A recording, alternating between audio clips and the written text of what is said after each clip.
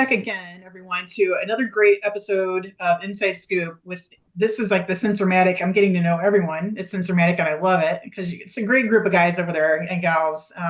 Super knowledgeable team. Have loved our conversation so far. And today I'm here with Craig. And Craig, I'm going to butcher your last name. Help me out. Scalini. Szklany. Oh, I got it. Great. So, Craig, talk a little bit about what you do at Sensormatic, and then we'll jump into our topic today, which is self-checkout. Absolutely. I'm literally the general manager of the loss prevention portfolio here at Sensormatic, along with inventory intelligence as well, which is an RFID-based technology. But today we're talking a little bit more about LP and self-checkout. Been with Sensormatic for 35 years, and just happy to be here and share some insights with you. Great. Well, thanks for coming on. And I know that self-checkout, it's one of the hottest topics right now. It's in the not just LP news, but it's made national news with retailers pulling back on it, making different changes to their self-checkout. What's your take on it? What do you see happening? What are you hearing from your customers right now? Yeah, I think if you go back just a few years, like back into what we really don't like talking about, this pandemic situation, but I think it drove a kind of a massive accumulation of adoption, right? So there was a lot of adoption that occurred around that, and for a couple reasons. One is we had probably a reduced labor pool as far as the associates in stores, and so self-checkout became kind of a convenient way to continue to operate the business and not have that reliance. But secondly, I think customers, shoppers, really wanted, the expectation back then was to get in and get out quickly, right? As little exposure as possible to the public, all those kind of things. I think some of that stuff has subsided, and so I think that generally there's still a desire for frictionless kind of checkout experiences and for easy in, easy out, quick in, quick out. But yet I think retailers have kind of hit like a plateau where there's a lot of shrink, right? So there's a certain element of shrink that actually comes with self-checkout adoption. Mm-hmm. There's, some retailers are finding that, it's better associate engagement if they continue with the assisted checkout methodology, right? And plan. And so it's a better shopper experience. Others, are even testing just putting limits on self-checkout. So you can't enter a self-checkout unless you got less than 10 items or 5 items or something like that to keep the queuing lines down, right? Mm-hmm. So there's a lot of change going on. And I think some are literally abandoning the whole thing because they just find, I think that the shrink that comes with it is quite startling, right? And I think it's something that they back off and want to reevaluate, right? Yeah, it seems like it's really a mixed bag of what I'm hearing anyway of what the different retailers are trying. And maybe some of this, you mentioned this whole rush to self-checkout during the pandemic. Maybe there was not the appropriate testing done or the appropriate controls put in up front to really make self-checkout flow the way it should. What do you think about that? Yeah, and I think that's true. I think during the pandemic, I think a lot of things were forced on all of us, right? From a supply chain perspective, you up and down the entire retail, ecosystem, whether it's from manufacturing all the way to the store and the DC supply chain, a lot of things were forced on all of us that couldn't be vetted because we had to implement them so quickly in order to react. We couldn't vet them. And now I think you see some of that, especially in self-checkout. I think you see some of that vetting occurring. Self-checkout's been around for a long, long time, and it's kind of ebbed and flow. It's become popular, and then it kind of wanes off, gets popular again. I think the pandemic really put an exclamation point on it. And so I don't know if retailers are going to, be able to just not embrace it for too much longer, just because it feels like it's become kind of a standard of expectation for a lot of shopping, a lot of the shopping public, right? But you're right, it's a mixed bag, and none of it was tested, in my opinion, right? Because it was just forced on all of us. Yeah, I have my own opinions is I have a lot of opinions on a lot of things for people who know me. But I have my opinions on self checkout. I'm just curious, what kind of shopper are you? Do you use self checkout when you go into the store? I am when I've got my stuff, I'm looking for the quickest way to get out at that point, right? So if it happens to be self checkout, I'll certainly do it. If it's assisted, I'll do it. I'll go that route. So I don't really have a favorite. Mm-hmm. But I probably end up walking through the self checkout more than not, right? If I've only got a few items, right? Mm-hmm. I'm typically not going to use it for a cart full of product, like if I'm at a Walmart with a grocery cart full of stuff. But I'm probably not as likely to do that. But for the one or two items that I'm going in, coming out, self Mm-hmm. checkouts usually where I go, right? Yeah, I think I'm with you on that. Here's my, if anybody could fix this, I just feel weird. I go over there with my two items. This just happened in the other day in a home improvement store that I won't name. And there's a guy standing there. He kind of looks at me, doesn't really say hello, and I'm bringing my stuff up. It just feels weird. It feels strange to me. I don't know how we can fix that. Yeah, Maybe some better I agree with service. that. Yeah. Actually, that's a great reflection because I think one of the things that retailers are doing, which I think is the right thing to do, is you do have some level of assistance or supervision, I should say, in a self checkout area. Hmm. It's not like you've got an associate per self checkout uh, element there, but you've got some supervision there. And to your point, I think a lot of times that person probably feels a little awkward because they feel like they're put in a position where they're there obviously to supervise, and you got people that are thinking, well, I don't need supervision, I can do this, right? Hmm. And so it is a bit of an awkward situation, but I think in some cases there's folks that just love the assistance, actually, right? Hmm. So it's a bit mixed bag with that too. I mean, I know self checkout is one of those love it or hate it kind of things. I know people that won't use them, and I know plenty of people that love to use them and expect them, right? So speaking of, the person supervising, there's lots and lots of ways to secure a self checkout. Are there any best practices that you're seeing from retailers that are like a newer best practice that you're seeing, or we can even talk about technology. I'm sure we'll get to that, but I'm talking about just with the people. Any best practices that you're seeing? Yeah, I think one of the things that's emerging, because we're talking about having an associate, kind of supervise the area, and I think retailers are going to kind of lean towards it's one per 3 or 4 self checkout kiosks, right? That kind of thing, and with that, comes efficiency of operation. Like, so shoppers do have a tendency, some just make errors when they're at the self checkout, and that's where some of this loss comes from, right? It's not just about malicious loss. It's like they literally aren't good at scanning, or they are, maybe they're technology challenged and they can't figure out the sequence of things or whatever.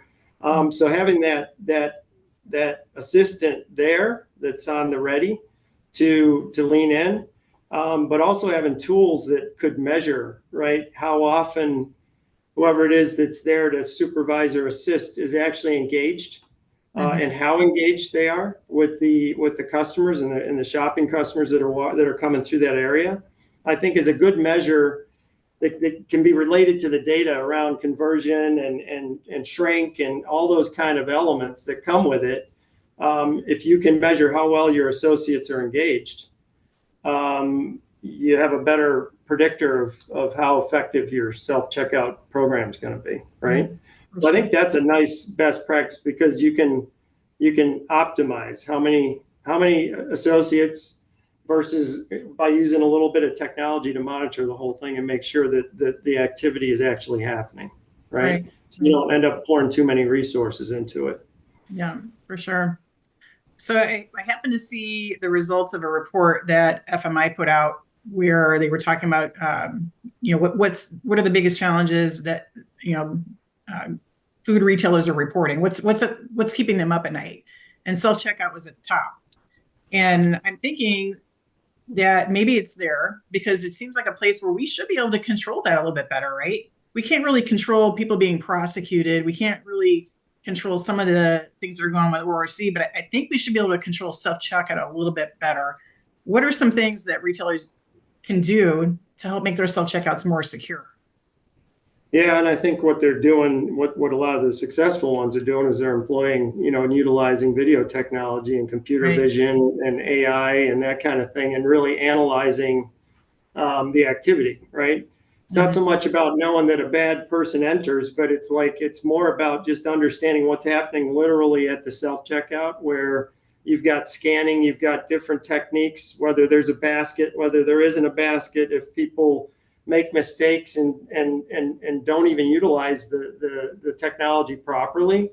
All of those things can be monitored with video Mm-hmm. and computer vision, and ensured that, or at least have a better sense that the process is being adhered to, that it's going okay. You can even use it in some cases to help or assist the shopper, right? If Right. they do happen to be confused or they can't figure out the technology or the process, that kind of thing, and provide aids and maybe a trigger for an assistant to come and provide more help, right? Right. So I think that's like the prime technology for that environment, in my opinion, right? Because I think it can automate things, it can monitor, it could provide a better experience as well. Mm-hmm. So there's a lot of real benefits there. Yeah, it's a triple threat, I think. It could help you with your internal, it could help with operations and external. Yeah, I'm thinking about if there's something about that setup at the self checkout that's not efficient. The AI should be able to help identify that, right? The customers correct. keep making the same mistake over and over again. Let's fix whatever's wrong with that setup. That's correct. It's perfectly oriented to do that, right? Yeah. Right. So for those retailers that are kind of taking the extreme reaction, how do you think the complete removal of self checkout is going to affect that customer in store experience? Yeah, I think, well, I've read a couple articles where there was a backlash, right? And Mhm. some negative press from both shoppers and associates, right? Even associates were claiming that it was creating a chaotic environment in the stores, right? Where it was removed. Okay. Because the expectation was that it was still there. But I think it probably comes down to how long they've had it and whether it has been reasonably effective, right, at keeping the queues down. Because at the end of the day, I think when shoppers that are using that are expecting, I don't think they're just like looking forward to the fun of scanning things and checking out. I think they're looking for speed and the ability to just have their destiny in their own hands, and out they go, right?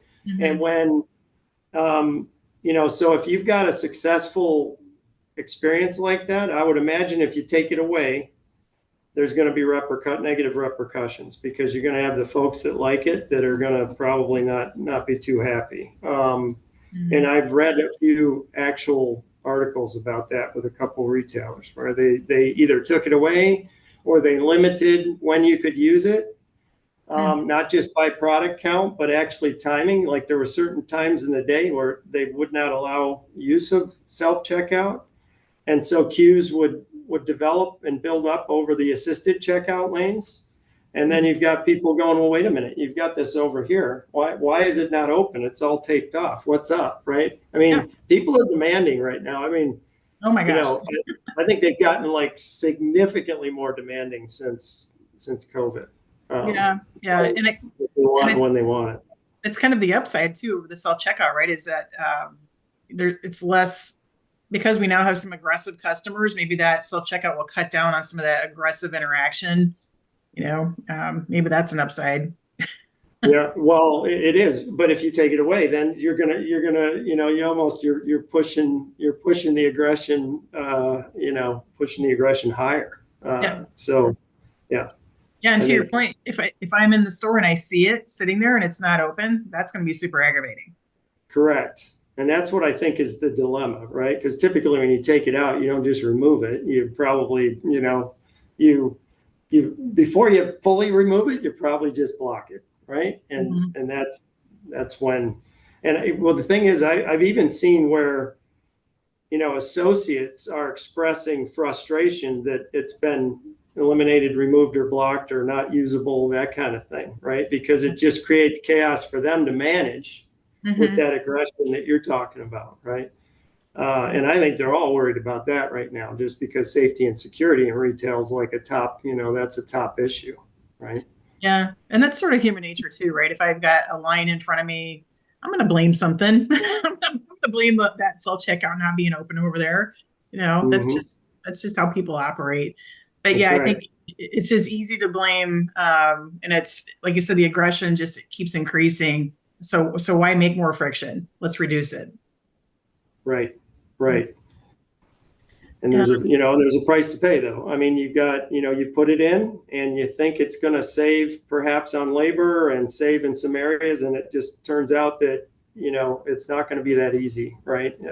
You've got to get it pretty well tuned with some technology in order to really feel like you're comfortable, I guess, with it operating, whatever your operating hours are, 24/7 or whatever they happen to be, right? I mean, it's I think it requires inspection though. You got to inspect every once in a while and see how it's going.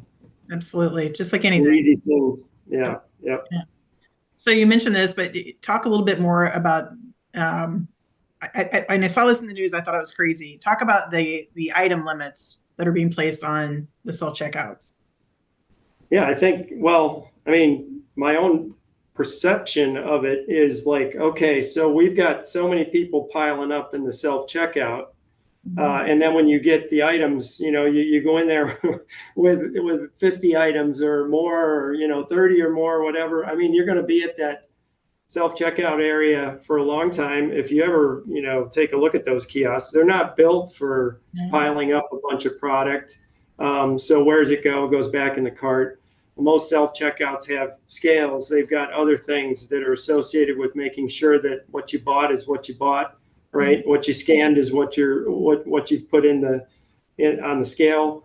I just think I think the limits make sense actually. Um, but I Right. know that there are people, they will go through self checkout with everything they got, right, Yeah. including a big old carpet that's rolled up, right? Yeah. Everything they got. Well, I guess where I said I think it's kind of crazy is now we're asking someone to come over and intervene. Who's counting those items? That's a person at the self checkout that's doing that, and now they're intervening on a customer. Well, that's a good point. Yeah, I didn't even think about the whole thing about how do you regulate that, right? Yeah. But because now and even if you tried to automate that, you'd be talking about more stuff, right? You'd need Mhm. some kind of gating system and everything to that's automatically triggered to keep someone out. I mean, that's going to be interesting if that were the case. So yeah, it presents all kinds of challenges, right? Yeah. Yeah, No easy answers. there aren't. There No. aren't. So you talked a little bit about AI in the computer vision, and that's helping to identify what's going through the cart. What other technology is happening out there now? Well, and I think AI as well, because you got AI from an imaging perspective and understanding what's there. And, I think that, what was it, Sam's Club, I think, had that overhead kind of AI contraption, right, that was looking down into the cart. And it was like the receipt checker, only it was video doing that on the exit there. But there's other uses for AI around just the processes that go on in that environment, either the engagement between the associate and the shoppers. Um, is the engagement there? How long is the engagement? If the engagement is there, then what's my result on a daily basis of this self checkout area, right? How productive or unproductive, or how much shrink versus with high engagement versus shrink with low engagement. Those kind of things, I think, are all areas that AI could be beneficial as well, right? So process related stuff. Right. Just around execution and processing people, processing shoppers, creating a good shopping experience. all those kind of things, I believe it can be used for. It's all a matter of having the video images and being able to train those models to pick that kind of stuff up with accuracy, right? That's the challenge. Yeah, it seems to me it's almost more useful in that scenario that you just talked about instead of playing the eye in the sky, right? Because I know there was a lot of negative press about, if something was wrong in a cart, then it alerted the SCO supervisor who came over and sort of confronted that customer or engaged with the customer. Like that created a lot of negative press. I think what you were talking about is less, it's more about the operational piece and the training piece, a little softer. Right, right, and and I think people's perception would be that it's meant to help them, help Right. them execute through as smoothly as possible, right? It's not meant to be a big brother, Right. so to speak, right? Which folks get a little paranoid about, and also back to your original comment around how awkward it feels, right? I mean, if you feel like that's what's happening, it's a look over your shoulder kind of thing, it feels a little awkward, right? If it's more about, hey, yeah, I'm just here to help, make this work better, and there's technology actually helping do that as well. It'll keep them out of harm's way and keep the associates out of harm's way a little bit more, right? And have them in a more, I would say, positive light, right? Right. Right. Are there any other, besides AI and the computer vision, any other technologies that you're hearing about, trends? Yeah, I think, and I think we might have demoed this to you at NRF. I don't remember whether it was this one or last year's NRF, but when you think of most people, when they think of self-checkout, they're thinking of the kiosks. They're, you're the typical self-checkout kiosk you might see at a DIY or at food and grocery, drug, those kind of things. Mm-hmm. We've partnered with somebody where we were providing a self-checkout experience, but it's on the mobile device. So it's on the shopper's mobile device. And there's various applications out there. There's not a lot of them. There's a few, but it presents a real challenge, right? Because once a shopper's enabled to shop on that mobile device, then the question becomes, well, how do I secure stuff? And if I do secure stuff, then how do I enable the shopper to either remove or deactivate or do something with the security measures that are taken there to protect the items, right?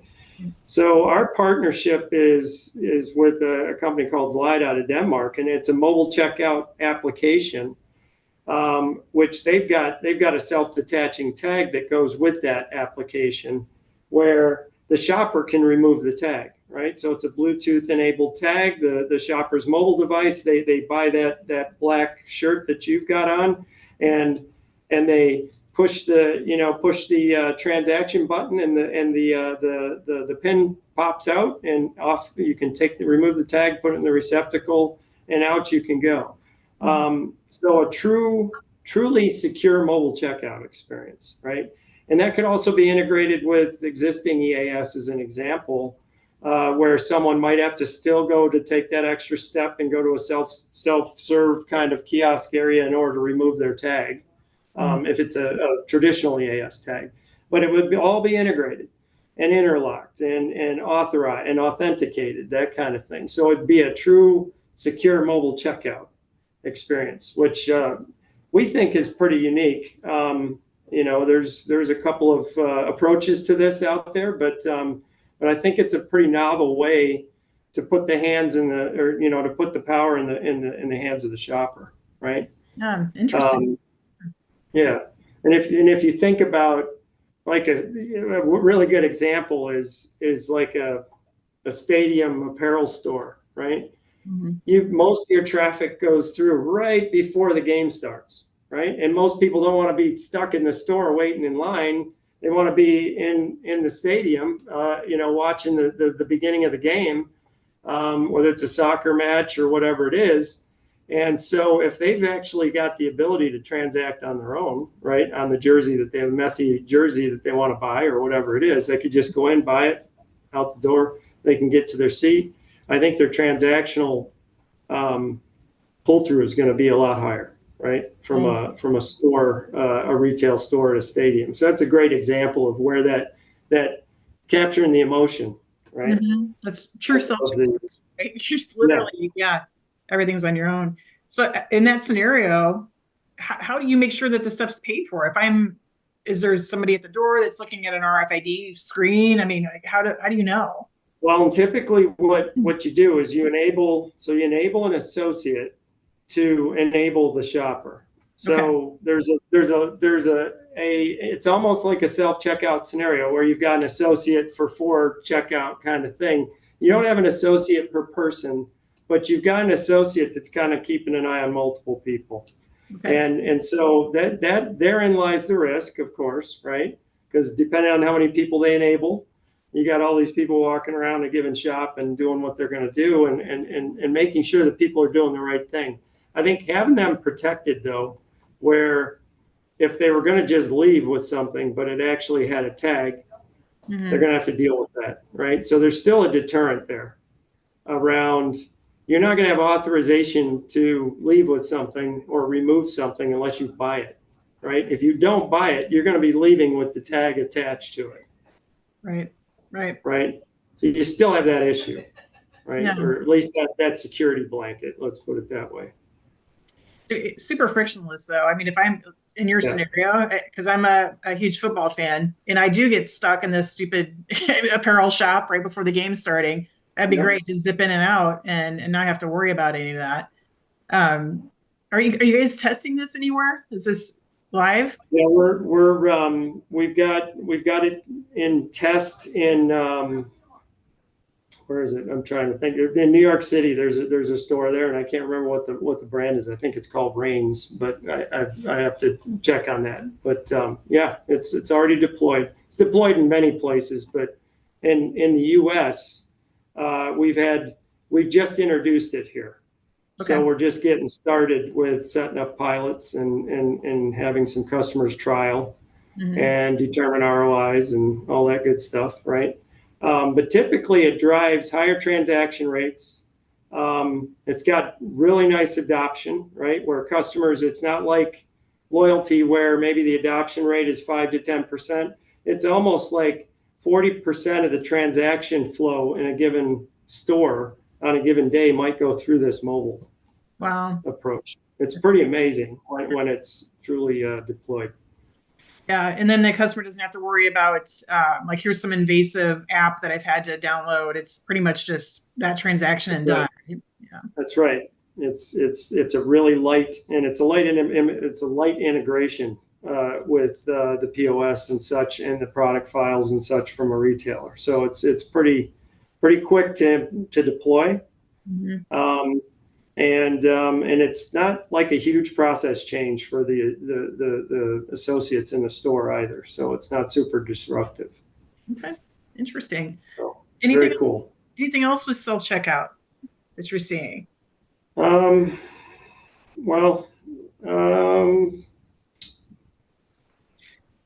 I don't think so. I think, it's kind of interesting right now how, because I know it's ebbed and flowed. When I started my career, believe it or not, way back when with Sensormatic, I actually interviewed with Check Robot, which was a self-checkout concept with a belt, right? Okay. And for a food environment.